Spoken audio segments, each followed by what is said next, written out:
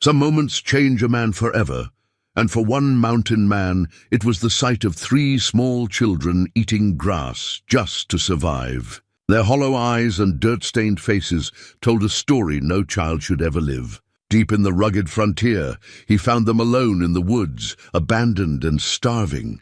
He brought them back to his cabin, gave them food and warmth, and slowly learned the heartbreaking truth about their widow mother and the cruel circumstances that tore their family apart. In the unforgiving West, survival means making impossible choices. But what could drive a mother to leave her children alone in the wilderness? Before we continue, tell us where you're tuning in from. And if this story touches you, make sure you're subscribed, because tomorrow I've saved something extra special for you. The Colorado Rockies in 1882 were not kind to men who sought solitude. But Ezra Thorne had made his peace with that years ago. His cabin sat nestled in a valley between 2 peaks, surrounded by ponderosa pine and Douglas fir that stood like silent sentinels guarding his isolation. At 58 years old, his face bore the weathered lines of a man who had seen too much and said too little. His beard, more grey than brown now, hung thick and untrimmed. His hands, calloused and scarred, were the hands of a man who had learned to rely on no one but himself. Every morning began the same way. Ezra would rise before dawn, start a fire in the stone hearth he had built with his own hands, and put coffee on to boil. The cabin was small, but solid. 1 main room with a sleeping loft above. A table he had hewn from pine, 2 chairs, though he only ever needed 1, and shelves lined with supplies enough to last through the harshest winter. The floor was packed earth covered with animal skins. The walls were chinked tight against the wind. It was a home built for survival, not comfort. He would dress in layers, wool shirt, leather vest, heavy coat when the season called for it. His rifle, a Henry repeater, hung above the door within easy reach. His knife, with a blade he kept sharp enough to shave with, stayed on his belt always. These were the tools of his trade, the trade of staying alive in a place where nature gave no quarter to the weak or unprepared. After coffee, he would check his trapline. 2 miles of carefully placed steel traps along the creek and through the forest, set for beaver, marten, and fox. The pelts brought decent money in Timber Ridge when he made his monthly trip to town. It was enough to buy flour, salt, ammunition, and the few other things he could not provide for himself. He hunted deer and elk for meat, smoked and dried what he could not eat fresh. He kept a small garden in the summer, potatoes, beans, squash. He fished the creek when the mood struck him. He wanted for nothing because he had learned to need very little, but the cabin held ghosts that no amount of self-sufficiency could banish. 7 years ago, this place had been different. 7 years ago, Sarah had been here, his wife, his companion, the only woman who had ever truly understood him. She had been tough in the way frontier women needed to be, capable with a rifle, skilled at preserving food, unafraid of the isolation that drove other women back to civilization. They had built this life together, carved it out of the wilderness with their own determination and sweat, and they had been expecting a child, a daughter. Sarah had been certain of it, had even picked out the name, Grace. She said the baby would be born in spring when the wildflowers covered the meadows. She talked about teaching their daughter to ride, to track, to know the mountains the way they did, but fever had come instead. Late in her pregnancy, Sarah had fallen ill. Ezra had ridden hard to Timber Ridge, brought back the doctor, but it was too late. The fever took her in 3 days, took the baby with her. Ezra had buried them on the hillside above the cabin, under a pine tree where the morning sun touched first. He had carved their names into a wooden cross himself, his hands shaking so badly he could barely hold the knife. After that, the cabin became a tomb. He kept Sarah's things. Her dresses still hung on pegs, her recipe book sat on the shelf, her hairbrush remained on the small table near the bed. He could not bring himself to put them away, but neither could he bear to look at them for long. So he worked. He trapped and hunted, and kept himself so exhausted that sleep came without dreams. He spoke to no one unless necessary. He avoided town, except when supplies demanded it. The one ritual he maintained was the pipe.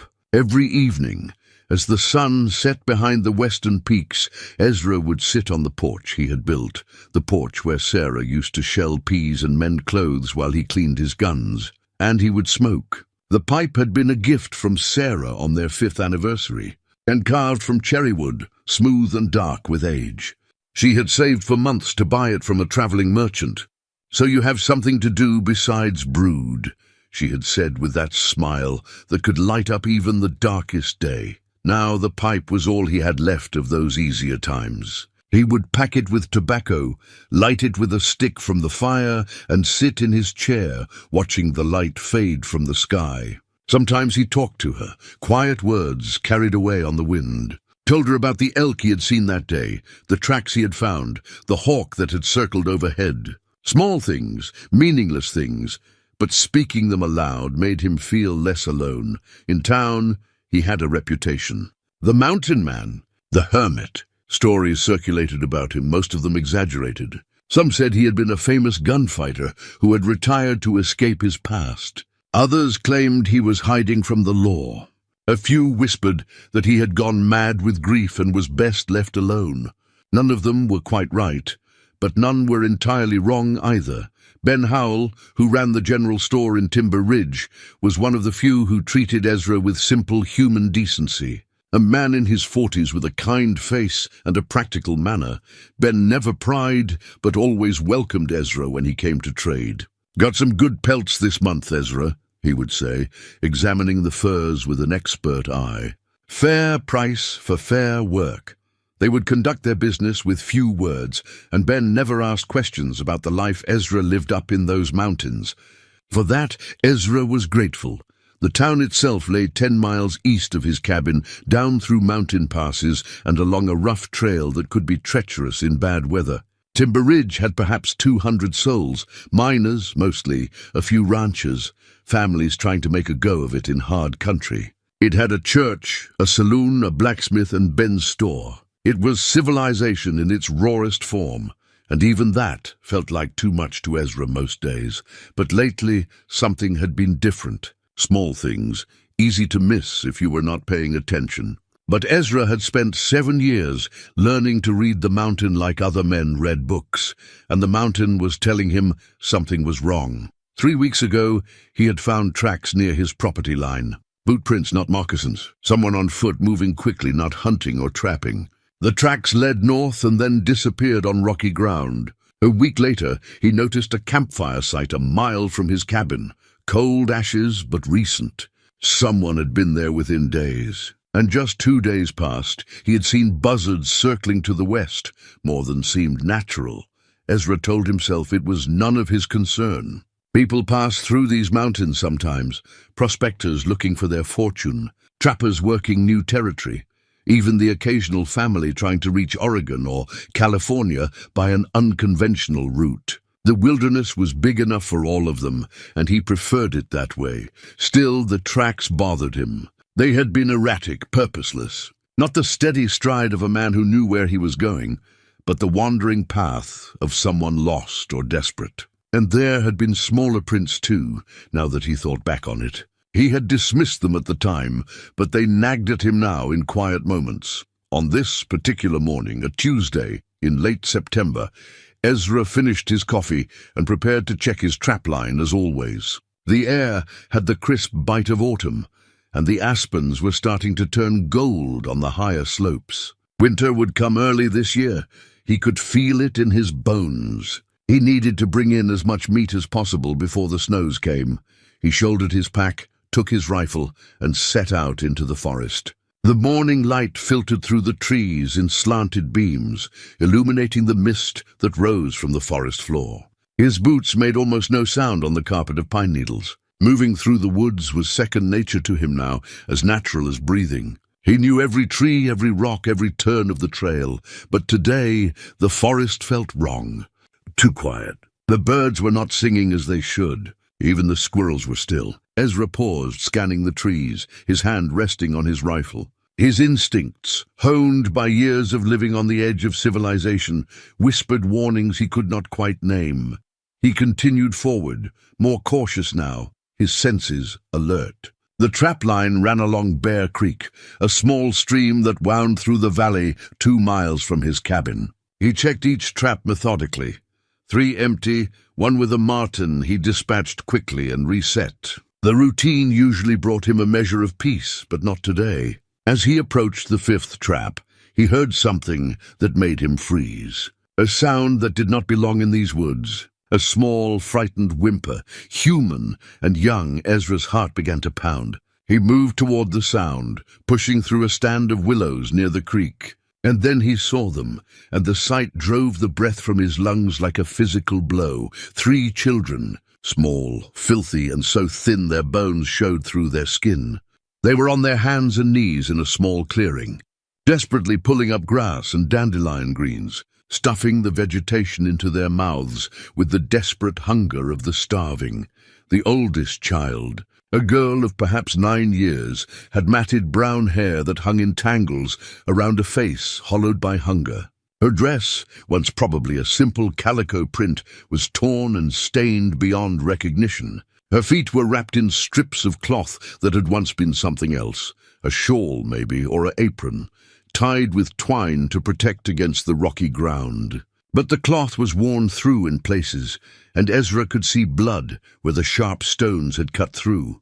The middle child was a boy, maybe 6, with the same brown hair and the same desperate, hollow look in his eyes. He wore pants that were too large, held up with a piece of rope, and a shirt with one sleeve completely torn away. His small hands grabbed at anything green, grass, clover, even leaves from low-hanging branches. The youngest was a girl, no more than 4 years old. She was the one making the whimpering sounds, crying softly as she tried to chew the tough grass blades. In her hair, barely visible through the dirt and tangles, was a small blue ribbon, faded and tattered but still there. Someone's attempt to maintain a shred of dignity, a touch of care in the midst of absolute desperation. Ezra stood frozen, his mind struggling to process what he was seeing. In all his years in these mountains, he had seen harsh things. He had seen men frozen to death, seen the aftermath of bear attacks, seen starvation take its slow toll on unprepared settlers. But this, children reduced to eating grass like animals, this was something different. This was cruelty of a kind that made his chest tighten with a rage he had not felt in years. The oldest girl looked up and saw him. Her eyes went wide with terror. She scrambled to her feet, pulled the younger children behind her with a fierce protectiveness that broke Ezra's heart. "Stay back," she said, her voice hoarse and cracking. "Don't you hurt us. Please don't hurt us." Ezra slowly lowered his rifle, held up his hands to show he meant no harm. "I won't hurt you," he said, keeping his voice as gentle as he could manage. "I promise. My name is Ezra. What are your names?" The girl did not answer. She stood there trembling, one arm stretched protectively across her siblings. The boy had started crying now, silent tears running tracks through the dirt on his face. The little one with the blue ribbon clutched at her sister's torn dress. "When did you last eat real food?" Ezra asked. "Not grass. Real food." The girl's lip trembled. She did not want to answer, did not want to show weakness, but hunger and exhaustion were stronger than pride. 3 days, she whispered.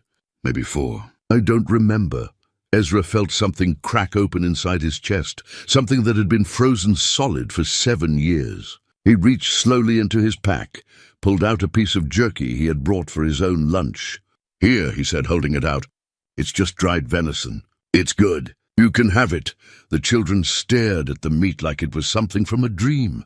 The girl did not move at first, did not trust it. But the little one broke away from her grasp and ran forward, snatched the jerky from Ezra's hand, and began tearing at it with her teeth. The boy followed. Then finally the older girl, shame and need warring on her face. They devoured the single piece of jerky in seconds, fought over the crumbs. Ezra watched them, his throat tight. He pulled out another piece, then another, giving them everything he had in his pack. Dried meat, a biscuit wrapped in cloth, even the apple he had been saving. They ate it all with a desperation that spoke of days, maybe weeks, of severe hunger. When the food was gone, they stood there looking at him with expressions mixing gratitude and fear and something else, Hope. Maybe, or the faint memory of what hope had once felt like. "Where are your folks?" Ezra asked. "Where are your parents?" The older girl wiped her mouth with the back of her hand. "Our papa died," she said. "At 2 years ago. Mining accident. And your mother?" Something flickered across the girl's face. Pain, confusion, fear. "Mama brought us here. She said to wait. She said she would come back." "When was that?" 3 days ago. Maybe 4. The girl's voice broke. "She said she was going to find work. At a logging camp. She said to wait by the big tree, the one with the split trunk. She said she would be back by nightfall." Tears began to spill down her cheeks now. "But she didn't come. And we waited. And we got so hungry." The little one tugged on Ezra's coat. "Are you going to help us, mister?" she asked. Her voice was so small, so trusting, despite everything. "Are you going to help us find Mama?" Ezra looked down at her. She could not have been much older than his daughter would have been. The same age, maybe. The same small hands. And that blue ribbon in her hair. Some mother's last desperate attempt to make her child feel loved, feel cared for, even as the world fell apart around them. He knelt down, so he was at her level. "What's your name, little one?" "Lucy," she said. "That's Thomas and that's Emma." She pointed to her siblings. "Well, Lucy and Thomas and Emma," Ezra said slowly. "I think the first thing we need to do is get you someplace warm and safe. My cabin is not far from here. I have food there, real food, and you can rest, and we can figure out what to do about your mama." Emma stepped forward, that protective fire still in her eyes despite her weakness. "How do we know we can trust you?" It was a fair question. Smart girl, Ezra thought. She had kept her siblings alive this long. That took courage and sense.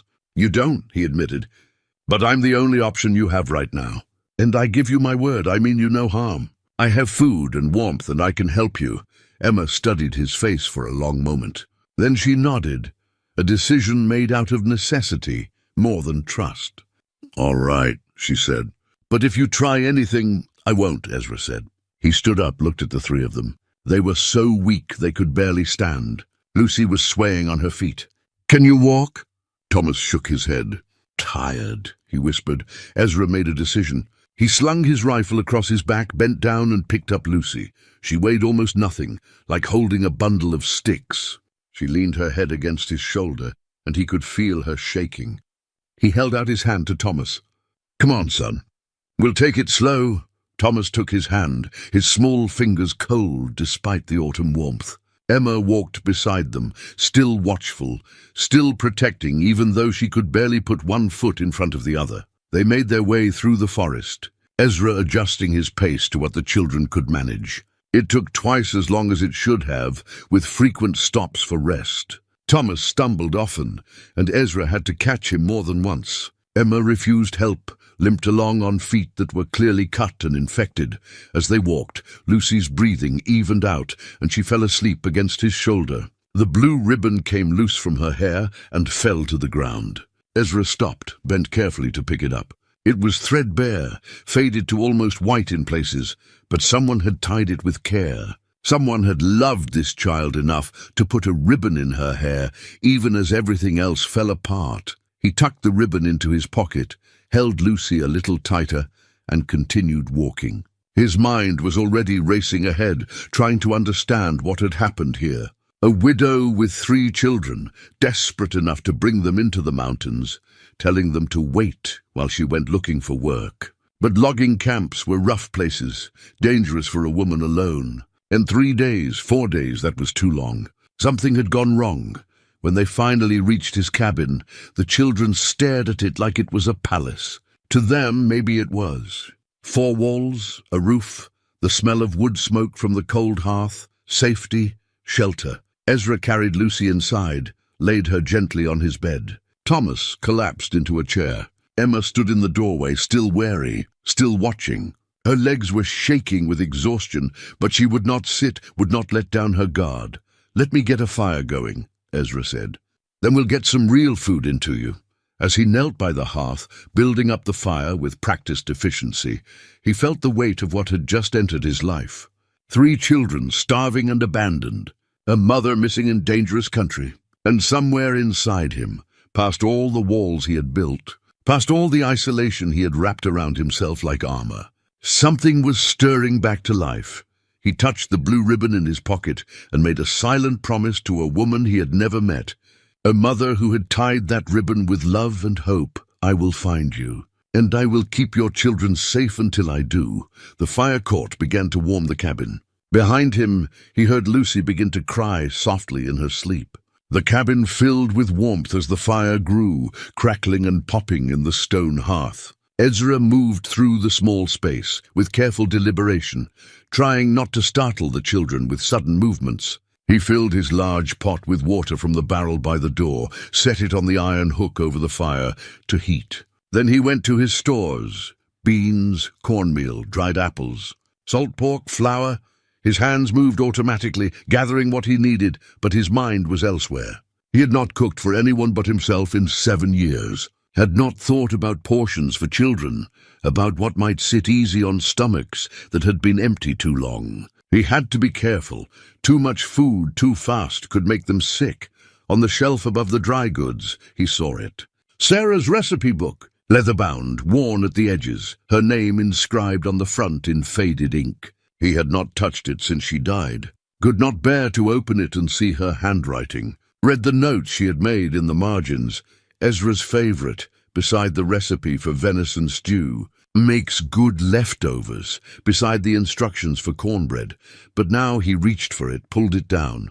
Dust came away on his fingers. He opened it carefully, as if it might crumble. The pages were yellowed but intact. Sarah's handwriting flowed across them, neat, precise, full of the practical wisdom she had brought to everything she did. He found what he was looking for: a simple bean soup, easy to digest, filling without being too heavy. Soak beans overnight, she had written. Or if in a hurry, boil them hard for 5 minutes, then let them sit for an hour. He did not have an hour, but he had dried beans that were already soft from age. They would do. He worked quietly, cutting salt pork into small pieces, adding them to the pot with the beans and water. Chopped an onion he had stored in the root cellar below the cabin floor. Added salt, a little pepper. Set the pot over the fire to simmer. Then he mixed cornmeal with water and a pinch of salt, shaped it into cakes, set them on a flat stone he used for baking, positioned near the fire's edge. As he cooked, he was acutely aware of the children. Thomas had fallen asleep in the chair, his head tilted at an angle that would give him a sore neck. Lucy slept in the bed, small and still. Emma stood exactly where she had been, inside the doorway, but not quite committed to entering fully. She watched every move Ezra made with exhausted vigilance. "You can sit down," Ezra said gently, not looking at her directly. Sometimes that helped, not making eye contact with something frightened. "You're safe here. I promise." "That's what Mama said when she left us," Emma replied, her voice small and bitter. "She said we'd be safe. She said she'd come back." Ezra did look at her then, saw the burden she carried. Too much responsibility for a 9-year-old girl. She had been holding her family together, keeping her siblings alive, and now she stood at the breaking point. "Your mama meant it," he said. "I don't know what happened to her, but I know she meant to come back. A mother doesn't put a ribbon in her daughter's hair and then choose to abandon her children." Emma's face crumpled slightly. "Then where is she?" "I don't know yet," Ezra admitted. "But tomorrow when you've rested and eaten, we'll talk about it. We'll figure it out together." While the soup cooked, Ezra drew more water from the barrel, set another pot to heat. The children needed to be cleaned up, needed their wounds tended. Especially their feet, Emma's especially, looked infected from what he had seen on the walk here. The soup took the better part of an hour. He stirred it occasionally, turned the cornbread cakes when they needed it, and tried not to think about the last time he had done this. Sarah humming while she cooked, her hands quick and capable, the cabin full of life and warmth and the future they had planned together. When the food was ready, he gently woke Thomas, then Lucy. They came to the table like sleepwalkers, barely conscious, but drawn by the smell of real food. Emma finally moved from the doorway, sat at the table, her eyes never leaving Ezra.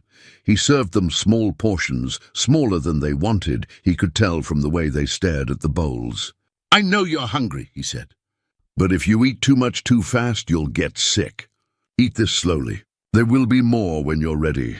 They ate like he had told them to, slow and careful, despite the hunger that must have been clawing at them. The soup was simple but hot and nourishing. The cornbread was plain but filling. Ezra watched them eat and felt something he had not felt in years, the satisfaction of taking care of someone, of being needed. When they finished the first serving, he gave them a little more, then dried apples to chew on slowly. He poured water for them, made sure they drank, but not too much. Basic care, the kind any decent person would provide, but he could see in their faces that they had not experienced decency in a long time.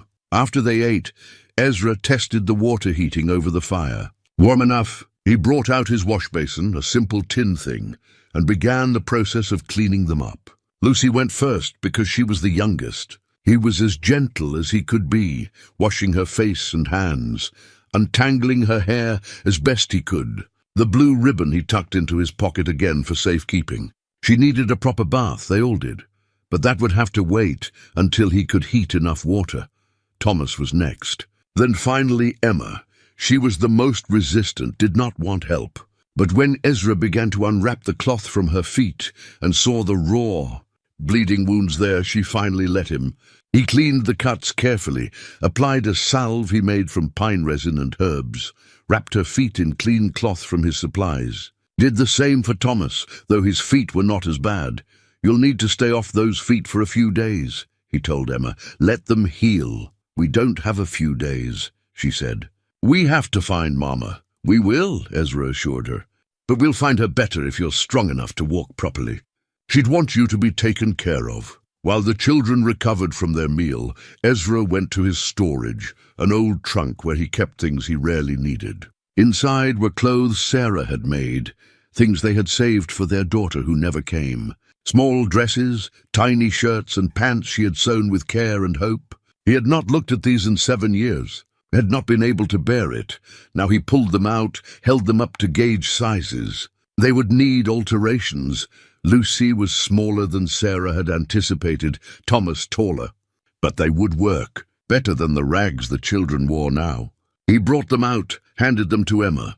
"These were meant for someone else," he said quietly, "but they should fit well enough. You can change when you're ready." Emma took the clothes, held them like they were made of gold. "These are nice," she whispered. "Too nice for us." "Nothing is too nice for children," Ezra said.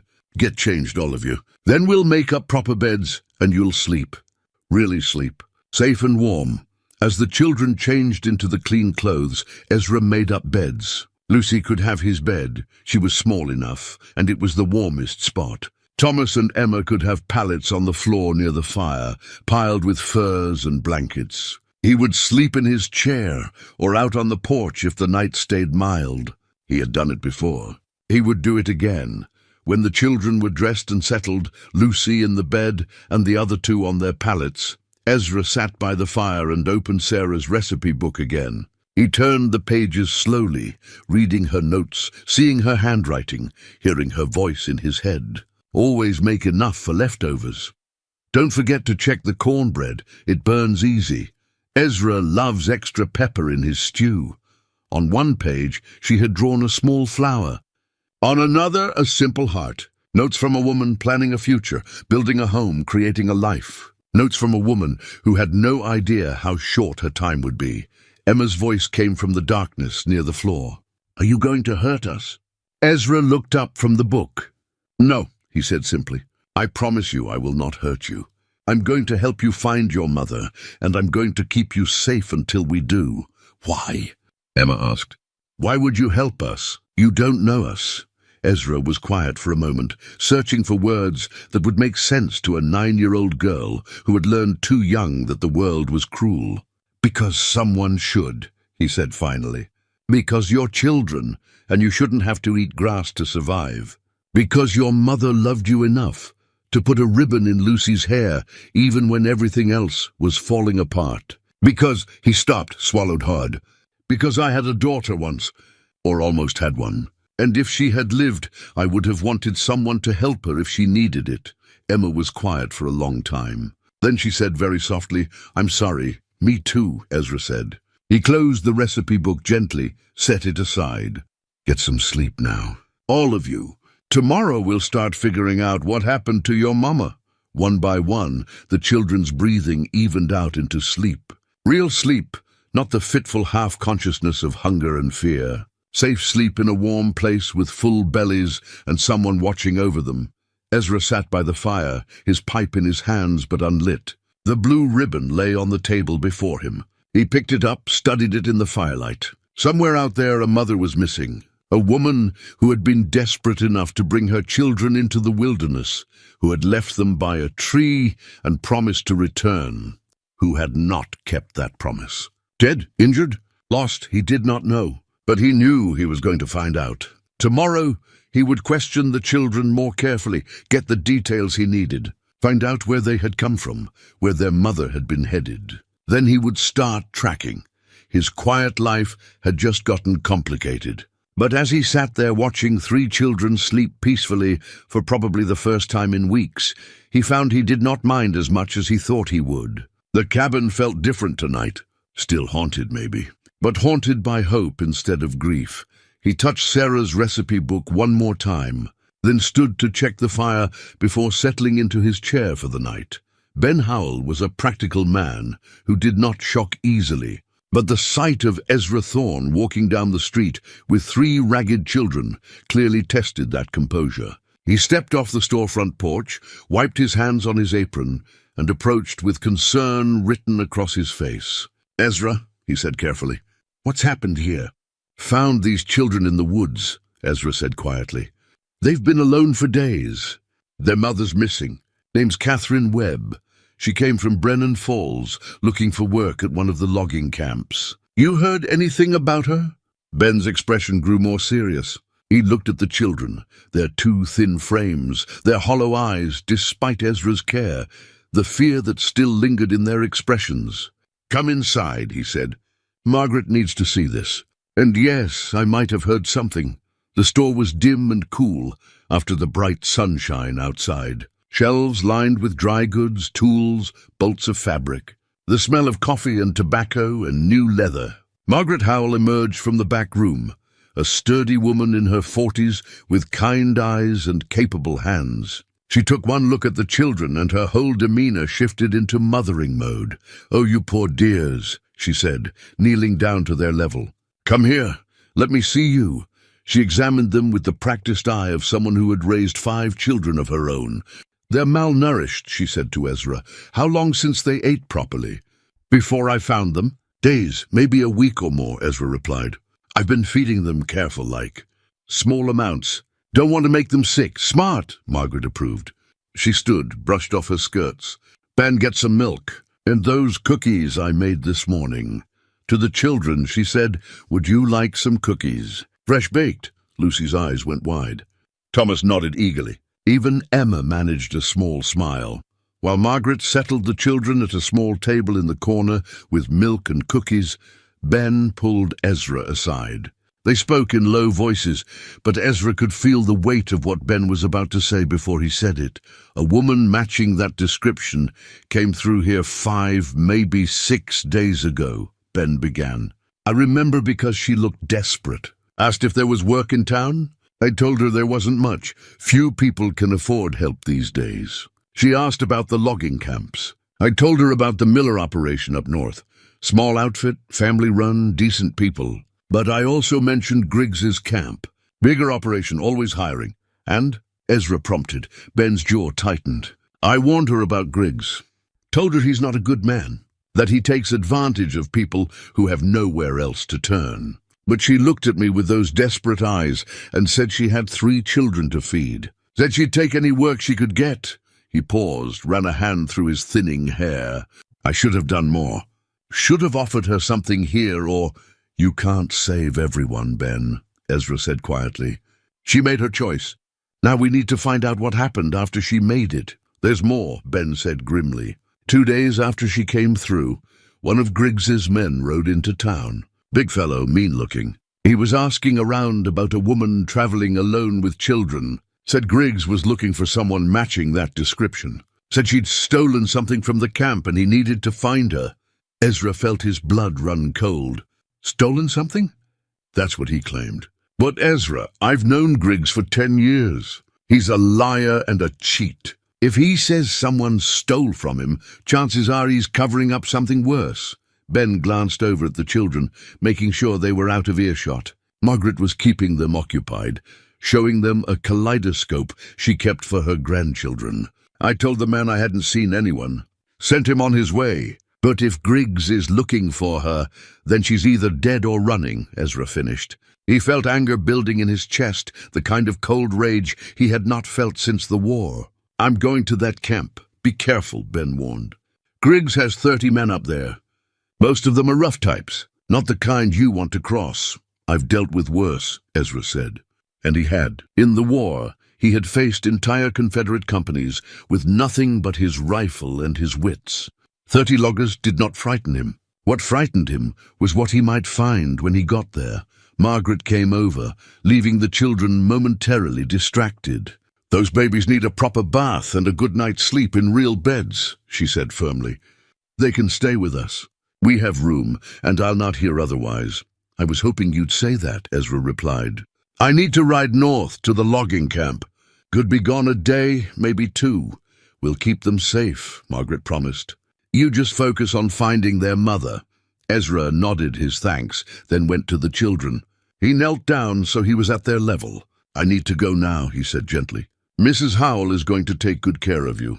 She'll give you baths and proper beds and all the food you need.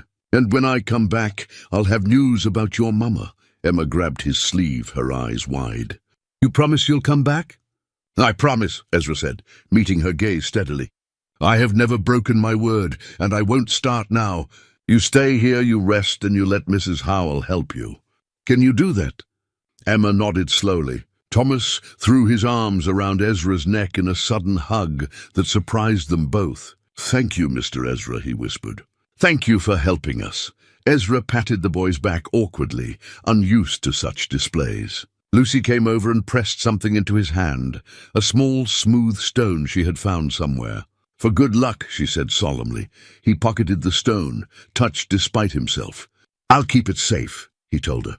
Then he stood, nodded to Ben and Margaret, and walked out of the store into the afternoon sunlight. His horse was stabled at the livery at the edge of town. A sturdy roan gelding named Red, 12 years old and steady as they came. Ezra saddled him quickly, checked his rifle, made sure he had ammunition and supplies. He did not know what he was riding into, but he had learned long ago to be prepared for the worst. The ride north took most of the afternoon. He knew the trail well enough, had trapped in this area years back, before he had moved deeper into the mountains. The forest was thick here, pine and fir mixed with aspen that were turning gold with the season. The air smelled of resin and earth and the coming winter. As he rode, his mind worked through possibilities. Catherine Webb had gone to Griggs's camp looking for work. Griggs had somehow accused her of theft, sent men looking for her. She had never returned to her children. The logical conclusion was grim, but Ezra had seen enough of life to know that logic and hope did not always align. Perhaps she had run. Perhaps she was hiding. Perhaps she was injured somewhere, unable to get back to her children, but still alive. He had to believe that. Had to hold on to that possibility, because those 3 children back in Timber Ridge needed their mother. They needed their family intact. They needed to know that the world, cruel as it was, could still sometimes offer mercy. The sun was low on the horizon when Ezra heard the sounds of the logging camp, the ring of axes, the crash of falling trees, the shouts of men at work. He slowed his horse, approached more cautiously. The camp sprawled across a cleared section of forest, a collection of rough cabins and tents, stacks of cut timber waiting to be hauled to the railroad. Smoke rose from several cook fires. Men moved about with the efficient purposefulness of hard labor. Ezra rode into the camp openly, no point in sneaking. A few men stopped to stare at him. Strangers were notable in places like this. He ignored them, rode straight to the largest cabin, the one flying a company flag. That would be where Griggs operated from. He dismounted, tied Red to a post and walked to the cabin door. Before he could knock, it swung open. A large man filled the doorway, 6'4" if he was an inch, shoulders like a bull, face scarred from years of rough living. His eyes were small and mean, calculating. This was Dalton Griggs. Ezra knew it without being told. "Help you," Griggs said, his voice rough as gravel. "Looking for information about a woman," Ezra replied evenly. "Catherine Webb. Heard she came through here about 5 days back looking for work." Griggs's expression did not change, but something flickered in his eyes. "Recognition or maybe calculation. Don't know anyone by that name," he said flatly. "No women work here. It's a logging camp, not a finishing school." "She wasn't looking to cut timber," Ezra said. "She was looking for work as a cook or cleaner. She had 3 children to feed. Desperate for any kind of work. Like I said, don't know her. Didn't come through here." Griggs started to close the door. Ezra put his boot against it, held it open. "Funny thing," he said, his voice cold. "Because you sent a man to Timber Ridge 2 days ago, asking about a woman matching her description. Said she'd stolen something from you." Griggs' eyes went hard. "You calling me a liar?" "I'm saying the facts don't line up," Ezra replied. "And I aim to find out why." Around them, the camp had gone quiet. Men were watching now, sensing confrontation. Griggs looked at Ezra more carefully, taking his measure. The weathered face, the steady eyes, the way he held himself. A man who had seen violence and was not afraid of it. "You need to leave," Griggs said, his voice dropping to a dangerous register. "This is private property. You're trespassing. I'll leave when I get answers," Ezra said. "A woman is missing. She has 3 children who haven't seen her in days. They're scared and alone, and they need their mother. Now you can tell me what happened to her, or I can start asking your men. Some of them might have looser tongues than you do." For a moment, Ezra thought Griggs might swing at him. The man's fists clenched, his jaw worked. But then he seemed to recalculate, forced his expression into something resembling reasonableness. "Look, old man, I don't know what you think happened here, but I'm telling you, no woman came to this camp. Maybe she went to the Miller operation. Maybe she got lost in the woods. Maybe she changed her mind and went back where she came from. But she wasn't here. Now get off my property before I have my men remove you." Ezra held his gaze for a long moment, reading the lie in every line of his face. Griggs knew something. Griggs was hiding something. But pushing harder now would only get him thrown out, or worse. He needed a different approach. "All right," Ezra said, stepping back. "I'll go. But if I find out you're lying to me, I'll be back. And I won't be so polite next time." He turned and walked back to his horse, feeling 30 pairs of eyes on him. Mounted up and rode out of the camp at an unhurried pace, refusing to show any sign of intimidation. But inside, his mind was racing. Griggs was lying. Catherine Webb had been here. Something had happened to her. And Griggs knew what.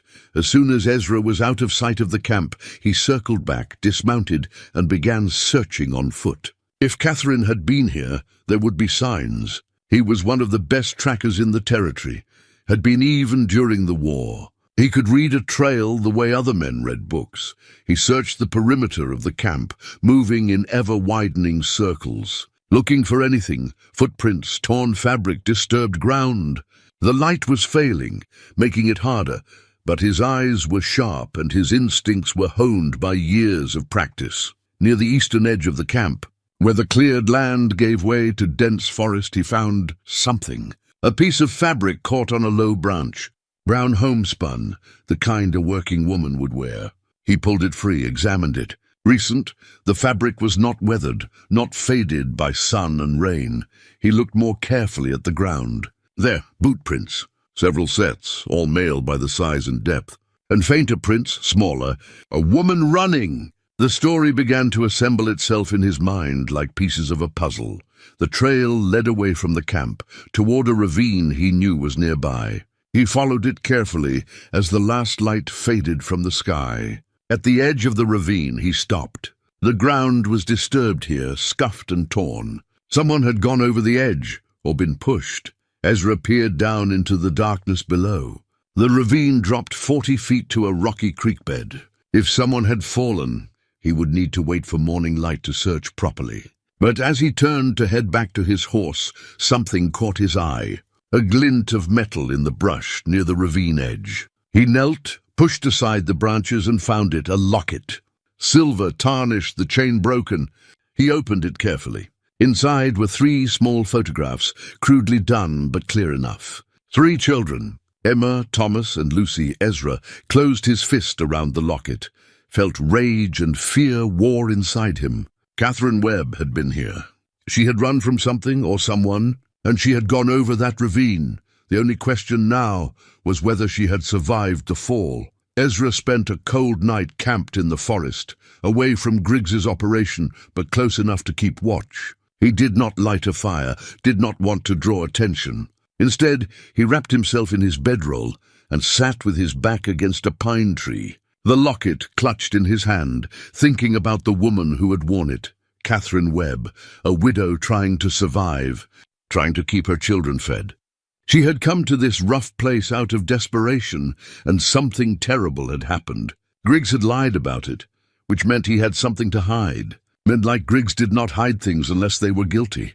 When dawn broke grey and cold, Ezra was already moving. He returned to the ravine, studied it in the morning light. The drop was steep, but not completely vertical, covered in scrub brush and small trees that someone falling might grab onto. He found a game trail that switched back down the slope and began his descent carefully. At the bottom, the creek ran clear and cold over smooth stones. Ezra examined the area methodically, reading the ground like a book. There, blood on a rock near the water's edge. Not much, but enough to show someone had been injured. He followed the creek downstream, looking for more signs. 20 yards down, he found where someone had crawled out of the water onto the bank. The marks in the mud were clear, hands dragging, body pulled forward with difficulty. Catherine Webb had survived the fall, but she had been hurt, badly hurt by the looks of the trail. Ezra followed the drag marks into the forest. She had moved slowly, desperately, seeking shelter. The trail was easy to read in the soft earth. She had been barely conscious, moving on instinct more than reason. But where had she gone? Then he remembered. There was an old trapper's shack about a quarter-mile from here, abandoned for years. He had used it himself once, long ago. If Catherine had been hurt and confused, seeking shelter, she might have found it. He moved quickly now, hope and fear driving him forward. The shack came into view through the trees, weathered logs, sagging roof, door hanging half off its hinges. It looked abandoned, looked like it had been empty for years. But as Ezra approached, he saw something that made his heart race, fresh marks on the ground leading to the door. Someone had been here recently. He drew his rifle, approached cautiously. "Mrs. Webb?" he called out. "Catherine Webb? My name is Ezra Thorne. I have your children. They're safe. If you're in there, I'm here to help." No response. He reached the door, pushed it open slowly. The interior was dark, smelled of rot and mouse droppings and something else, humans suffering. In the far corner, barely visible in the dim light, was a woman. She lay crumpled against the wall, her leg bent at an unnatural angle, her dress torn and stained with blood and mud. Her face was pale as death, her breathing shallow. "But she was alive, Mrs. Webb," Ezra said, moving quickly to her side. "Can you hear me?" Her eyes fluttered open. They were brown, like Emma's, filled with pain and confusion. She looked at him without recognition. "My children," she whispered, her voice barely audible. "Where are my children?" "They're safe," Ezra assured her, kneeling beside her. "They're in Timber Ridge with good people. They're fed and warm and waiting for you. But we need to get you help." "You're hurt bad." "I left them," she said, tears sliding down her cheeks. "I told them to wait. I promised I'd come back." "And you will," Ezra said firmly. "But first, we need to get you out of here. Can you tell me what happened?" Catherine's story came in fragments, interrupted by pain and fever. She had gone to Griggs's camp looking for work.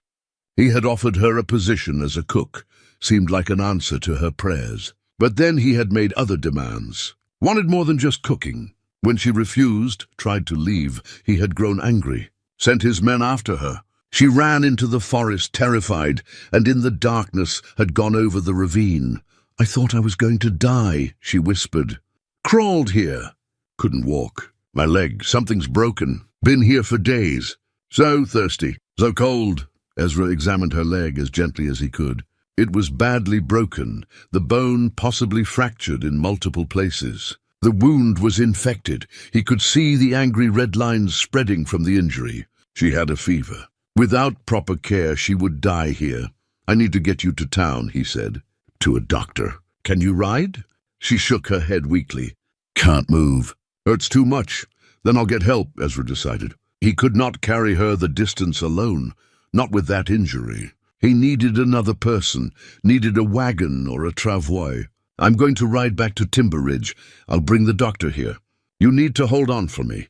Can you do that? My children, she said again. Tell them I'm sorry. Tell them I love them. You're going to tell them yourself, Ezra said. He pulled his canteen from his pack, helped her drink. Not too much. Her body was too dehydrated to handle it all at once. Then he left her his blanket, built a small fire in the old hearth to warm the shack, and made sure she had water within reach. I'll be back before nightfall, he promised. With help. You just hold on. As he left the shack and mounted Red, Ezra's mind was already planning. He would ride hard to Timber Ridge, get Doc Morrison, bring him back with supplies. But first, he wanted to make a stop at Griggs's camp. The man had lied, had sent his men after a defenseless woman, had left her for dead. That could not stand. But revenge would have to wait. Catherine Webb needed help now. The reckoning with Dalton Griggs would come later. Ezra rode hard through the forest, Red stretching into a gallop on the open trails. The morning sun climbed higher, warming the air. Birds sang in the trees, oblivious to human suffering. Nature did not care about justice or mercy. It simply was, but Ezra cared, and that made all the difference. He reached Timber Ridge by early afternoon, Red lathered and blowing hard. He went straight to Doc Morrison's house, a small building near the church. Morrison was an older man, had been a military surgeon during the war, seen more trauma than most. He listened to Ezra's story with grim focus. Broken leg, infection, days without proper food or water, Morrison summarized. She'll need surgery to set that leg, antibiotics for the infection, except we don't have antibiotics out here. Best I can do is carbolic acid to clean the wound, whiskey for the pain, and prayer that she's strong enough to fight off the infection. Can she be moved? Ezra asked, not easily. We'll need to stabilize the leg first, then transport her carefully. I'll need help. Young Cole from the livery is strong and steady. And we'll need a wagon with good suspension. I'll get it arranged, Ezra said. How long before we can leave? Give me an hour to gather supplies and find Cole. Then we'll ride out. Ezra nodded, then headed to the Howells store. The children were there, looking better than they had. Cleaner, better fed, wearing proper clothes Margaret had found for them. When Emma saw him, she ran to him. Did you find Mama? Is she all right? Ezra knelt down, met her eyes. I found her, he said. She's hurt. Her leg is broken and she's been alone for days. But she's alive, Emma. She's alive and the doctor is going to help her. Emma burst into tears, relief and fear and hope all mixed together. Thomas and Lucy crowded close, asking questions, seeking reassurance. Ezra did his best to comfort them, while also being honest. Their mother was in bad shape. The next few days would be critical, but she was alive, and she loved them, and she wanted nothing more than to see them again. Margaret came over, put a hand on Ezra's shoulder. You did good, she said quietly. You gave those children their mother back. Not yet, Ezra replied. Not until she's safe and healing. This isn't over. But as he looked at the hope in the children's faces, he felt something shift inside himself. For 7 years, he had been dead inside, going through the motions of living but not really alive. Now helping this family, fighting for them, he felt purpose again. Felt like his life might still have meaning beyond grief and isolation. Doc Morrison appeared with his medical bag and young Cole in tow. Cole was maybe 20, broad-shouldered and earnest, still carrying guilt about not helping Catherine when she was at the camp. I'll make this right, he told Ezra. I'll do whatever you need. They loaded a wagon with supplies, hitched it to a team of steady horses. Ezra said goodbye to the children, promised again that he would bring their mother back, and then they set out. Retracing the path Ezra had ridden that morning. The sun was lowering toward the western peaks when they reached the shack. Doc Morrison went in first, assessed Catherine with practiced efficiency. She's in bad shape, he announced. But she's got fight in her. Let's get to work." What followed was hours of careful, painful work. Cleaning the wound, setting the broken bone, splinting the leg. Catherine screamed when Morrison set the bone. Even with whiskey dulling the pain, it was agony. But she endured. She had to. Her children were waiting. Finally, as twilight settled over the forest, Morrison pronounced her stable enough to move. They rigged a travois behind the wagon, padded it with blankets, and carefully lifted Catherine onto it. She was barely conscious now, exhausted from pain and fever, but as they prepared to leave, she opened her eyes and looked at Ezra. "Thank you," she whispered, "for my children. For not giving up? We're not out of the woods yet," Ezra said. "But we will be. You just hold on." The journey back to Timber Ridge was slow and careful, trying to avoid jolting the wagon over rough terrain. Catherine drifted in and out of consciousness. Cole drove, while Doc Morrison and Ezra rode alongside, watching her carefully. The night grew cold, but they kept moving. Stopping would have been worse. She needed real shelter, real care. They reached town well after midnight. Morrison had Catherine taken to his surgery, began the real work of treating her infection and managing her recovery. Ezra went to the Howells' house, knocked quietly. Margaret answered in her nightgown, took one look at his face, and understood. "She's alive," Ezra said simply. "At the doctor's, fighting, but alive." Margaret smiled, relief flooding her features. "The children will be so glad. Let them sleep tonight," Ezra said. "They can see her in the morning." He turned to leave, but Margaret stopped him. "Ezra," she said, "you're a good man. I know you don't see yourself that way, but you are." Ezra did not know how to respond to that, so he simply nodded and walked away into the night. His body ached with exhaustion, but his mind would not rest. There was still one piece of this story unfinished. Dalton Griggs, the man who had caused all of this suffering, who had tried to take advantage of a desperate woman, who had sent men after her when she refused him. That would have to be dealt with. But not tonight. Tonight, Ezra would rest. Tomorrow would bring its own battles.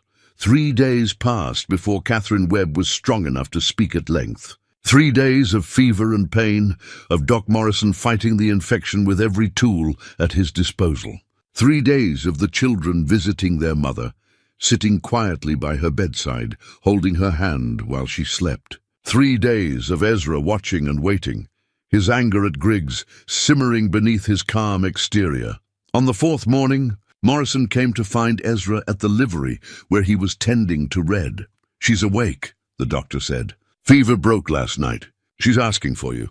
Ezra followed him to the surgery. Catherine lay in a narrow bed, pale and thin but clear-eyed. Her leg was splinted and elevated, bandaged heavily. She looked weak but alive in a way she had not been when they found her. The children were not there yet. Margaret was bringing them later. "Mr. Thorne," Catherine said as he entered. Her voice was stronger than he expected. "I need to talk to you. Before my children come. Before anyone else." Ezra pulled a chair close to the bed, sat down. "I'm listening."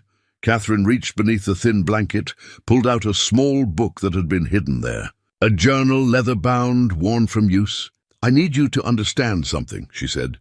"What happened to me, what happened to my family, it wasn't just bad luck. It wasn't just poverty and misfortune. It was deliberate." She opened the journal, her hands shaking slightly. The pages were filled with neat handwriting, dates and names and details. "I've been writing everything down," she explained. "Every detail. Because I knew that if I didn't survive, someone needed to know the truth." "The truth about what?" Ezra asked. "About why my husband really died," Catherine said, her voice low and intense. "About why we lost everything. About why a man named Preston Vale has been trying to destroy my family for 2 years. The name meant nothing to Ezra. "Who is Preston Vale?" "He owns the Silver Crown mine in Brennan Falls," Catherine explained. "My husband Robert worked there as a shift foreman.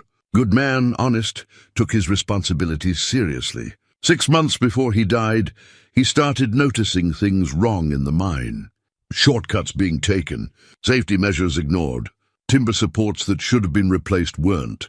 Ventilation shafts that should have been maintained were left to decay." She turned a page in the journal. showed Ezra a list of dates and observations. Robert documented everything. He was planning to report it to the territorial mining inspector.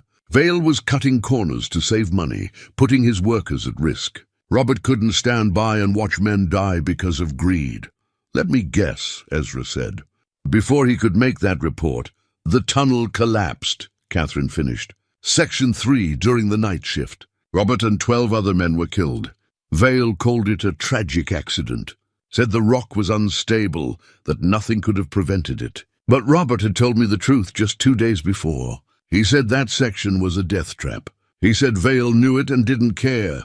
He said he was going to the inspector that week. Ezra felt cold understanding settling over him. "It wasn't an accident." "No," Catherine said. "I don't think it was. I think Vale knew Robert was going to report him. I think he arranged for that collapse. Made sure Robert would be there when it happened. Can you prove it?" Catherine shook her head, frustration and grief in her expression. "Not the collapse itself, but I can prove everything else. The neglect, the shortcuts, the deliberate disregard for safety. Robert kept records. After he died, I found them hidden in our home. I added them to my own journal. Every conversation I overheard, every detail I could remember. She turned more pages, showed him entries spanning 2 years. After Robert died, Vale started coming after me. At first it was subtle. Jobs I'd been promised would suddenly be unavailable. People who had been friendly would cross the street to avoid me. Our landlord, who works for Vale, said we had to leave, that he needed the house for someone else. Every door I tried to open, Vale had already closed. "Why?" Ezra asked. "If your husband was already dead, why keep coming after you?" "Because he was afraid I knew something," Catherine said. "And he was right. But more than that, I think he wanted to make an example. Show everyone in Brennan Falls what happens when you cross Preston Vale. If he could break a widow with 3 children, if he could drive us into the dirt, then no one else would dare challenge him." She closed the journal, held it against her chest like a shield. "I tried to leave town quietly, tried to just disappear with my children, start over somewhere else. But I had no money, no resources. I was desperate. That's why I came to the logging camp. But I should have known." "Griggs works for Vale," Ezra said, understanding dawning. "Not regularly. But sometimes Vale owns timber rights on some land near here. Griggs cuts for him occasionally. And Griggs knew who I was. I didn't realize it at first. He offered me work, seemed kind enough. But then he sent word to Vale that I was there. Vale sent instructions back, make sure I disappeared permanently. That's why Griggs came after you." "Yes, when I realized what was happening, I ran. I knew if I led them away from my children, they might survive even if I didn't. So I told Emma to wait, to stay hidden. I thought if I could get far enough away, draw Vale's men off, then maybe someone would find my babies. Maybe someone would help them." Tears rolled down her cheeks now. "I was willing to die if it meant they'd live. I tied that ribbon in Lucy's hair so she'd remember me, so she'd know I loved her." Ezra reached out, covered her hand with his. "You did what any mother would do. You protected your children, but I failed them," Catherine said. "I left them alone in the woods to starve." "You didn't fail," Ezra said firmly. "You survived that fall. You crawled to shelter. You held on long enough for someone to find them, to find you. That's not failure. That's courage." Catherine looked at the journal in her hands. "This is all the proof I have. Names, dates, conversations. If it gets to the right people, the territorial marshal, maybe even a federal investigator, it might be enough to bring Vale to justice. Not just for what he did to my family, but for the 12 men who died in that mine. For all the other families he's destroyed." "But," Ezra prompted, hearing the hesitation in her voice, "but Vale is powerful," Catherine said. "He owns half of Brennan Falls. He has connections to the territorial government. The sheriff there is in his pocket. Who's going to believe a desperate widow over a successful businessman?" Ezra was quiet for a moment, thinking. Then he said, "There's a man in Denver, Territorial Marshal Thomas Garrett. I served with him during the war. He's honest, can't be bought or intimidated. If we can get this journal to him, along with your testimony, he'll investigate. He'll bring charges if the evidence supports it. Denver is 80 miles away," Catherine said, "through mountain passes. And Vale will have men watching for me. If he finds out I'm alive, Then we don't give him the chance to find out, Ezra said. We move carefully, we plan it right, and we get you and that journal to Marshal Garrett before Vale even knows what's happening. Catherine studied his face, searching for something. Why are you doing this? You don't know me. You don't owe me anything. You saved my children, saved my life. That's already more than most people would do. Ezra thought about Sarah, about the daughter he never got to raise, about 7 years of grief and isolation, about 3 children eating grass in the woods because the world had failed them. Maybe I do owe you something, he said quietly. Maybe your family gave me a reason to care about living again. Maybe that's worth fighting for. Before Catherine could respond, Doc Morrison entered with Margaret and the children. Emma, Thomas, and Lucy rushed to their mother's bedside, careful not to hurt her, but desperate for contact. Catherine wrapped her arms around them as best she could, tears streaming down her face. "My babies," she whispered. "My sweet babies. I'm so sorry. I'm so sorry I left you." "It's okay, Mama," Emma said, her voice muffled against her mother's shoulder. "Mr. Ezra found us. He took care of us, and he found you. We're together now. That's what matters." Ezra stepped back, gave the family privacy. Margaret joined him by the door. "What happens now?" she asked quietly. "Now we make sure they stay together," Ezra said. "And we make sure the man who tried to destroy them answers for what he's done." Margaret looked at him with knowing eyes. "This is dangerous, Ezra, going up against a man like Vale." "Most things worth doing are," Ezra replied. He watched the family reunion, watched the love and relief and hope in their faces. But some fights you don't get to walk away from. This is one of them. That evening, after the children had been taken back to the Howells house and Catherine was resting again, Ezra sat with Ben in the store. He explained the situation, all of it, holding nothing back. Ben listened gravely, occasionally asking questions, always seeking to understand the full picture. "Vale's reach extends pretty far," Ben said when Ezra finished. "He'll have men between here and Denver. He'll be watching the roads. If he finds out Catherine is alive and heading to testify against him, then we'll have to make sure he doesn't find out until it's too late," Ezra said. "We move fast, we move smart, and we don't give him time to react." "When?"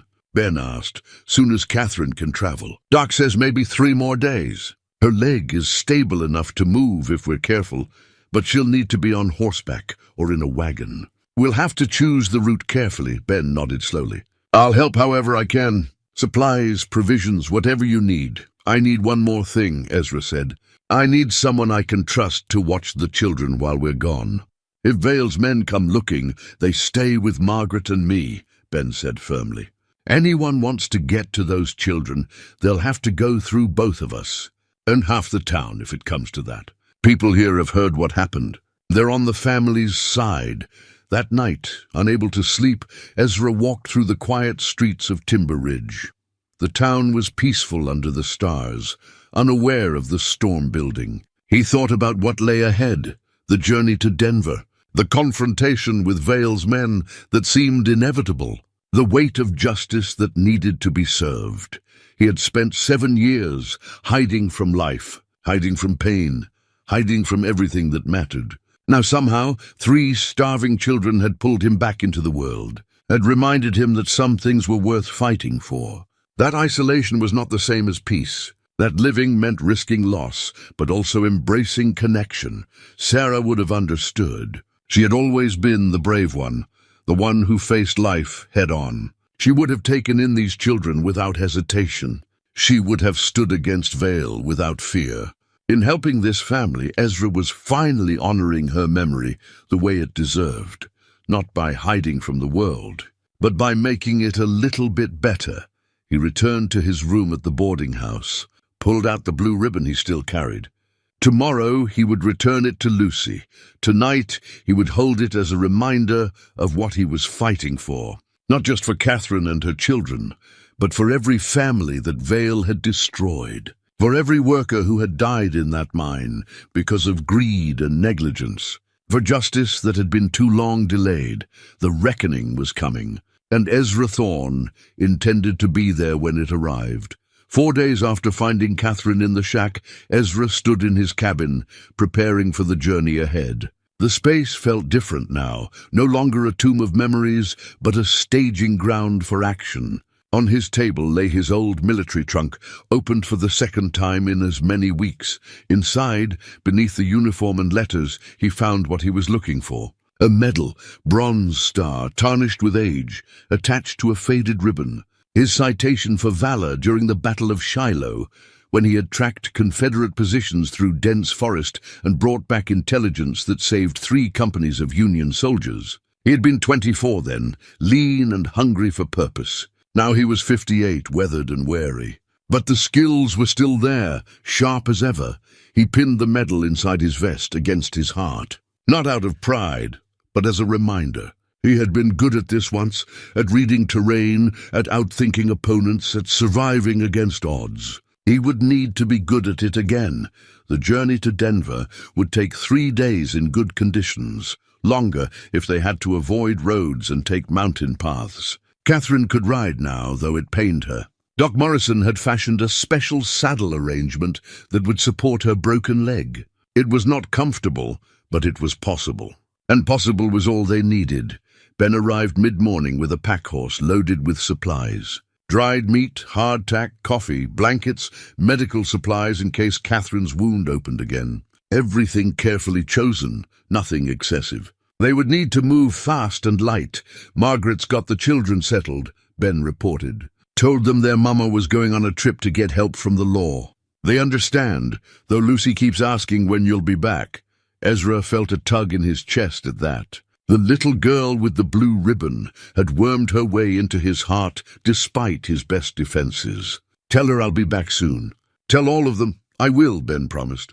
He hesitated, then added, Ezra, there's talk in town. Word's gotten out about Catherine, about what happened at Griggs's camp. Some folks are saying you should leave well enough alone. That veil's too powerful to touch, and what do you say? Ezra asked. Ben met his eyes steadily. I say some men need to be touched anyway, powerful or not. I say if good people don't stand up to bullies, then evil wins by default. I say you're doing the right thing and I'm proud to help. Ezra clasped his shoulder. Thank you, Ben, for everything. They rode back to Timber Ridge together, arriving as the sun reached its peak. Doc Morrison had Catherine ready, pale but determined, dressed in riding clothes Margaret had provided. She carried a small bag with her essentials, and most importantly, the journal wrapped in oilcloth and secured inside her coat. The children were waiting outside the Howells store. When they saw their mother on horseback, their faces lit with joy and worry mixed together. Emma ran forward. Mama, are you sure you're well enough? I have to be, Catherine said gently. This is important, sweetheart. This is for your papa and for us and for everyone Vale has hurt. You understand? Emma nodded, though her eyes were wet. Be careful. Come back safe. I will, Catherine promised. Mr. Ezra won't let anything happen to me, and you have to be brave while I'm gone. Take care of Thomas and Lucy. Can you do that? Yes, Mama, Emma said, standing straighter. 9 years old, but carrying the weight of the world. Ezra saw so much of Catherine in her. That same fierce courage, that same protective instinct. Thomas hugged his mother's leg carefully, avoiding the injured one. I'll be good, he said. I promise. Lucy was the hardest. She clung to Catherine's hand, tears streaming down her small face. Don't leave again, Mama. Please don't leave again. Catherine lifted her daughter up, despite the pain it caused, held her close. I'm not leaving you, baby. I'm fighting for you, for all of us. And I will come back. That's a promise. Ezra dismounted, came to stand beside them. Lucy transferred her grip from her mother to him, wrapped her small arms around his neck. You'll protect Mama? She whispered. With my life, Ezra said solemnly. You have my word. He handed Lucy the blue ribbon, freshly cleaned and pressed. You keep this safe for me. When I come back, you can wear it again. Lucy clutched the ribbon like it was made of gold. Okay, she said, voice trembling. Okay, the goodbyes took longer than they should have, but Ezra did not rush them. These children had been abandoned once already. They needed to know this departure was different, that it was temporary, that the people they loved would return. Finally, with the sun beginning its descent toward the western peaks, they set out. Ezra led on red, Catherine followed on a gentle mare Doc Morrison had provided, and young Cole brought up the rear on his own mount. Cole had insisted on coming. His guilt over not helping Catherine at the camp drove him to make amends. Ezra had agreed.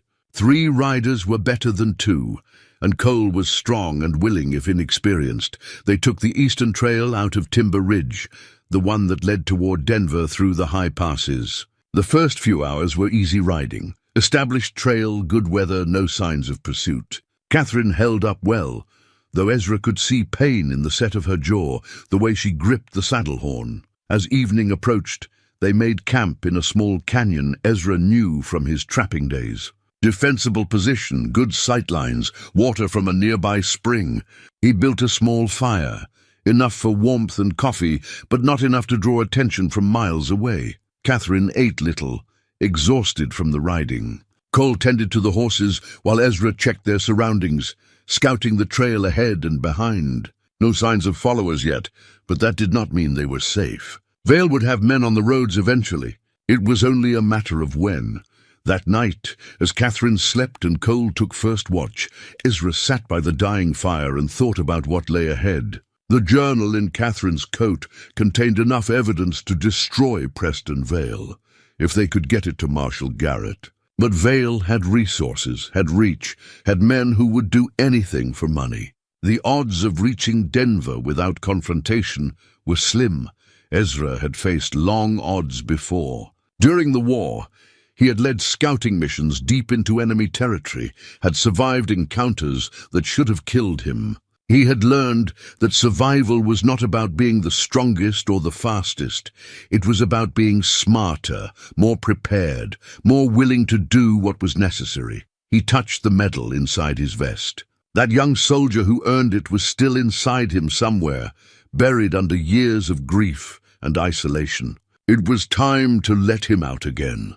The second day of travel brought them higher into the mountains. The trail grew rougher, the air thinner. Catherine struggled but never complained. When they stopped for a midday rest, Ezra examined her leg. The bandage was clean, no signs of fresh bleeding. Doc Morrison had done good work. How much farther? Catherine asked. If we keep this pace, we'll reach Denver late tomorrow, Ezra said. But we'll need to be more careful as we get closer. Vale's men will be watching the approaches to the city. Do you think they know we're coming? I think they know you're alive by now, Ezra said honestly. Griggs would have reported that you survived. Vale will put the pieces together. He's not stupid. He'll know you're heading for the law. Catherine's hand went to her coat where the journal rested. Then we need to make sure we get there before he can stop us. As if summoned by her words, Cole came riding back from where he had been scouting ahead. His face was tight with concern. There are riders on the trail, he said. 3 of them, maybe 4. Coming from the east. Ezra's instincts sharpened. How far? Mile, maybe less. Moving slow, like they're searching for something. Or someone, Ezra said. He looked around, assessing their position. They were in open country here. Rolling hills with scattered pine, not much cover. If they tried to run, they would be spotted easily. We need to get off the trail, now. They moved quickly, leading the horses into a stand of trees on higher ground. From there, Ezra could see the trail below without being easily seen himself. He pulled his rifle from its scabbard, checked the load, told Catherine and Cole to stay quiet and still. The riders came into view 10 minutes later. 4 men, rough-looking, well-armed. They rode slowly, studying the ground, looking for signs of passage. Ezra recognized the lead rider, one of Griggs's men from the logging camp. Vale had sent them hunting. The men stopped almost directly below their hiding spot. One of them dismounted, examined the trail. Fresh tracks, he called out. 3 horses moving east. Can't be more than a few hours ahead. Then we keep moving, the leader said. Vale wants the woman found before she reaches Denver. And he wants that journal. He's paying double for both. The men remounted and continued east, following the trail. Ezra waited until they were out of sight before allowing himself or the others to move. His mind was racing. Vale's men were ahead of them now, between them and Denver. They could not follow the main trail anymore. It was too dangerous. We'll have to go around, Ezra said. There's another route, higher up in the mountains. Takes longer, harder riding, but it'll bring us into Denver from the north. They won't be expecting that. Can we make it before they realize we're not on the main trail?" Catherine asked. "We'll have to," Ezra said. "The alternative is fighting our way through, and I'd rather avoid that if possible." They altered course, climbing higher into the mountains. The trail here was barely a trail at all, a path used by mountain goats and the occasional trapper. Catherine's horse struggled with the steep grade, and her leg pained her badly. But she gritted her teeth and kept going. By nightfall, they were exhausted and cold. This high up, the temperature dropped quickly after sunset. Ezra did not risk a fire. They ate cold rations, wrapped themselves in blankets, and tried to rest while taking turns on watch. Ezra took the midnight watch, sitting with his rifle across his knees, staring out at the darkness. Below them, scattered across miles of forest and mountain, Vale's men were hunting. Above them, stars wheeled in their ancient patterns, indifferent to human conflict. He thought about Sarah, about the life they had planned, about the daughter they never got to raise. He thought about Catherine and her children, about the injustice that had nearly destroyed them. He thought about Preston Vale, sitting comfortable in his mansion in Brennan Falls, believing his money and power made him untouchable. Tomorrow would bring the final push to Denver. Tomorrow would determine whether justice was possible or whether evil truly could win through wealth and intimidation. Tomorrow would test whether one old soldier and a broken widow could stand against a powerful man's empire. Ezra checked his rifle one more time, felt the weight of the metal against his chest, and waited for dawn. The lead rider was a man Ezra recognized from wanted posters that occasionally made their way through Timber Ridge. Cutter Mackenzie, a hired gun who worked for whoever paid best. Scarred face, dead eyes, and a reputation for doing whatever job he was hired for without question or mercy. The two men with him looked cut from similar cloth. "Mrs. Webb," Cutter said, his voice flat and professional. "Mr. Vale would like you to come back with us. He's willing to be reasonable. Return what you took, come back quiet-like, and nobody else needs to get hurt." Catherine sat straighter in her saddle despite her pain. "I'm not going anywhere with you. What I have, what my husband documented, needs to reach the law. Vale murdered my husband and 12 other men. He's not going to silence me." "That's unfortunate," Cutter said. He looked at Ezra, assessing. "You the mountain man who's been causing problems?" "Ezra Thorne." "That's right," Ezra said. "Vale warned us about you. Said you used to be a soldier. Scout or something." Cutter's hand rested casually near his pistol. "Oh, here's the thing, old man. I respect military service, so I'm going to give you a chance. Ride away now. This isn't your fight. Take your young friend there with you. Leave the woman and the journal, and you can go home to your mountain." "Can't do that," Ezra said simply. "Then you're going to die here," Cutter said, no emotion in his voice. "And that seems wasteful." Ezra's hand went to the chain around his neck, felt Sarah's wedding ring there. He thought about the life he had lived, the years of isolation, the grief that had consumed him. He thought about 3 children eating grass in the woods, about a widow who had fought so hard to protect them, about justice delayed but not impossible. "I know what it means to lose everything," Ezra said quietly. "I lost my wife and daughter 7 years ago, spent those years hiding from life, from pain, from everything that mattered. Then I found 3 starving children in the forest, and they reminded me of something I'd forgotten, that love doesn't end just because people die. It continues, it transforms. Every time we stand up for what's right, every time we protect the innocent, we honor everyone we've loved and lost." He looked at Catherine, then back at Cutter. "So no, I won't ride away. These people won't lose their family. Vale won't win. Not today," Cutter sighed, almost regretfully. "Your funeral, old man." His hand moved toward his gun, but Ezra was already moving. His old combat reflexes, dormant for years but never forgotten, exploded into action. He threw himself from his saddle as Cutter's gun cleared leather, rolled behind a boulder, came up with his rifle already aimed. The canyon erupted in gunfire. Cutter's first shot went wide, hitting where Ezra had been. Ezra's return fire was precise, caught Cutter's gun hand, sending his pistol spinning away. The man to Cutter's right drew his weapon, but Cole, brave young Cole, charged his horse forward, spooked the gunman's mount, bought precious seconds of confusion.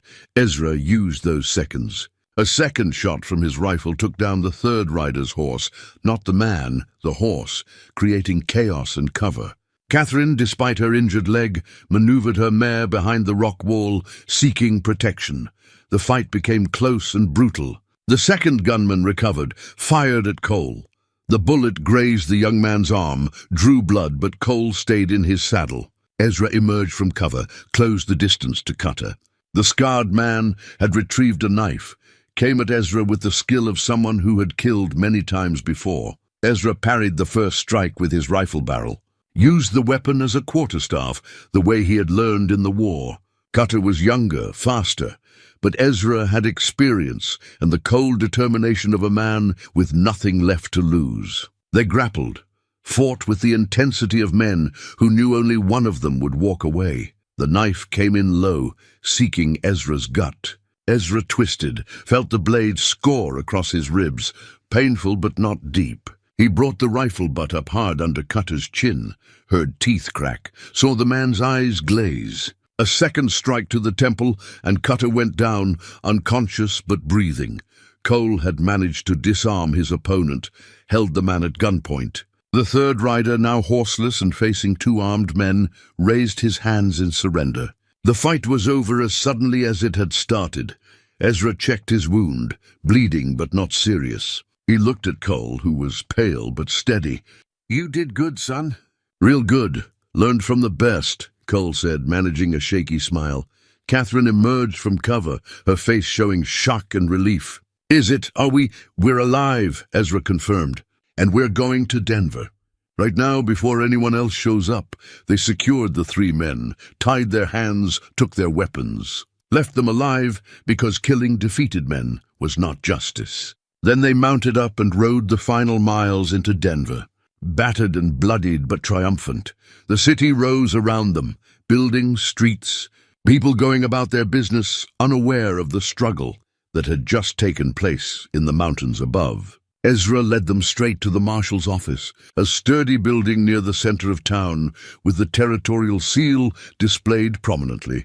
Marshal Thomas Garrett was exactly as Ezra remembered, older now, grayer, but with the same steady eyes and upright bearing that had made him a good officer during the war. He looked up as they entered, recognition dawning on his face. "Ezra Thorne," Garrett said, standing. "Didn't expect to see you again. What brings you down from your mountain?" "Justice," Ezra said simply. He gestured to Catherine. "This is Mrs. Catherine Webb. Her husband and 12 other men were murdered 2 years ago in a mining collapse. The mine owner, Preston Vale, caused those deaths through negligence and covered it up. Then he systematically destroyed Mrs. Webb's life to keep her quiet. We have evidence, detailed records, dates, names. And Vale just sent hired guns to kill us to prevent this evidence from reaching you." Garrett's expression went from surprise to grim attention. He looked at Catherine, at the journal she pulled from her coat. "That's a serious accusation." "It's a serious crime," Catherine said, her voice steady despite exhaustion. "My husband documented everything before he died. I've continued that documentation. Every corrupt act, every bribe, every threat, it's all here. And I'm prepared to testify to all of it."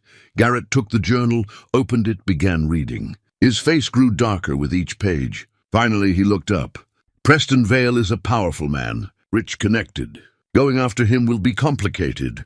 "I know," Catherine said. "But he murdered my husband. He tried to kill me. He would have let my children starve to death in the woods. Complicated or not, he needs to answer for what he's done." Garrett studied her face, saw the determination there.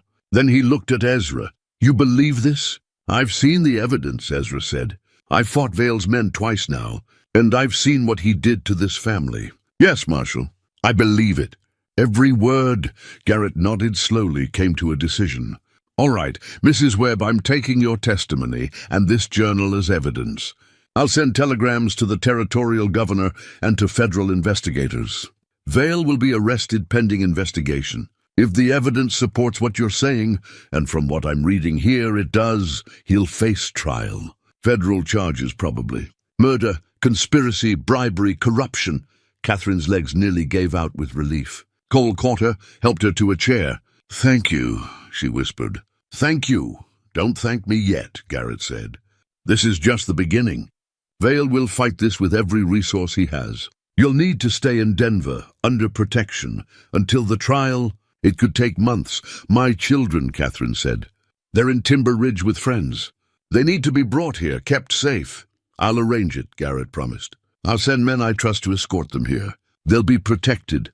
As the marshal began making arrangements, writing telegrams, calling in deputies, organizing protection, Ezra felt something release inside him. The weight he had been carrying since finding those children in the woods, the responsibility for their safety and their future, could finally be shared. Justice was in motion now.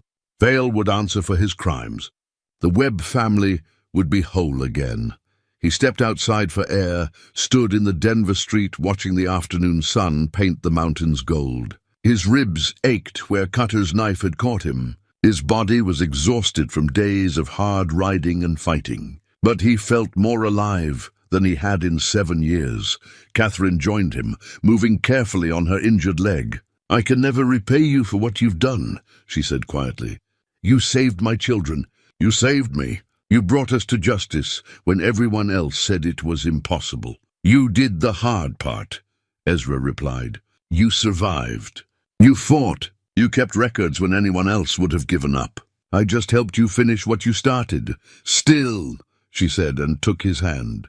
"Thank you, Ezra Thorne. Thank you for caring when you didn't have to. Thank you for being the man my children needed when no one else was there." Ezra felt emotion tighten his throat. "Your family gave me something too," he said. "Gave me a reason to come back to life. Reminded me that hiding from pain isn't the same as healing. That love continues even after loss. That sometimes broken people can still do good things." They stood together in companionable silence, watching the city move around them. Tomorrow would bring new challenges, testimony to give, evidence to present, a powerful man to bring down. But today they had won. Today justice was possible. Today a family was safe. And for Ezra Thorne, that was enough. 3 weeks had passed since that day in Denver when everything changed. 3 weeks of healing, of testimony, of justice slowly grinding forward with the inexorable weight of truth. Preston Vale had been arrested at his mansion in Brennan Falls, taken into custody by federal marshals while the town watched in stunned silence. The man who had seemed untouchable was now facing charges that would likely see him imprisoned for the rest of his life. The journal Catherine had kept, combined with Robert Webb's original documentation and the testimony of other miners who had been too afraid to speak before, painted a damning picture. 13 men dead because of negligence and greed. Families destroyed through systematic persecution. A network of corruption that extended through local government and law enforcement. The case had become a territorial scandal, covered by newspapers as far east as Chicago. But for Ezra Thorne, standing on the platform of the Denver train station on a crisp October morning, none of that political theater mattered as much as what was about to happen next. The train from Timber Ridge was due any minute, carrying 3 children and the people who had cared for them, while their mother fought for justice. Catherine stood beside him, still favoring her injured leg but healing well. She wore a new dress, modest but proper, purchased with funds Marshal Garrett had arranged as compensation for her cooperation. Her hair was clean and styled, her face no longer hollow with starvation and fear. She looked like what she was, a mother about to be reunited with her children after the longest 3 weeks of her life. "Do you think they'll be angry I left them again?" Catherine asked, worry creasing her face. "I know they understand why, but understanding and feeling are different things. They'll be so happy to see you, they won't remember to be angry," Ezra assured her. "Children are like that. They forgive faster than adults." The train whistle sounded in the distance, and Catherine's hand found his, squeezed tight. Ezra squeezed back, felt the connection between them, not romantic, but something deeper. They were survivors together, warriors who had fought for something that mattered. That created a bond that would last the rest of their lives. The train pulled into the station with a hiss of steam and a squeal of brakes. Passengers began disembarking, and then Ezra saw them. Emma first, holding Lucy's hand, with Thomas pressed close to her side. Margaret and Ben Howell followed, keeping watch over their charges with protective care. "Mama!" Lucy's shriek cut through the station noise. She broke free from Emma's grip and ran, her small legs pumping as fast as they would go. Catherine dropped to her knees, ignoring the pain in her leg, and caught her youngest daughter in a fierce embrace. Thomas and Emma were right behind, crashing into their mother in a tangle of arms and tears and laughter. Ezra stepped back, gave them space. He felt his own eyes burning with emotion. This moment was what it had all been for. Not the justice, not bringing Vale down, not even the satisfaction of fighting and winning. This, a family whole again. Children safe and loved. A future that had seemed impossible just weeks ago now, stretching bright and possible before them. Margaret came to stand beside him, watching the reunion with satisfaction. "You did a good thing, Ezra Thorne," she said quietly. "A very good thing." "We all did," Ezra replied. "Takes a community to save a family." Ben joined them, pumped Ezra's hand with genuine warmth. "Town's not the same without you."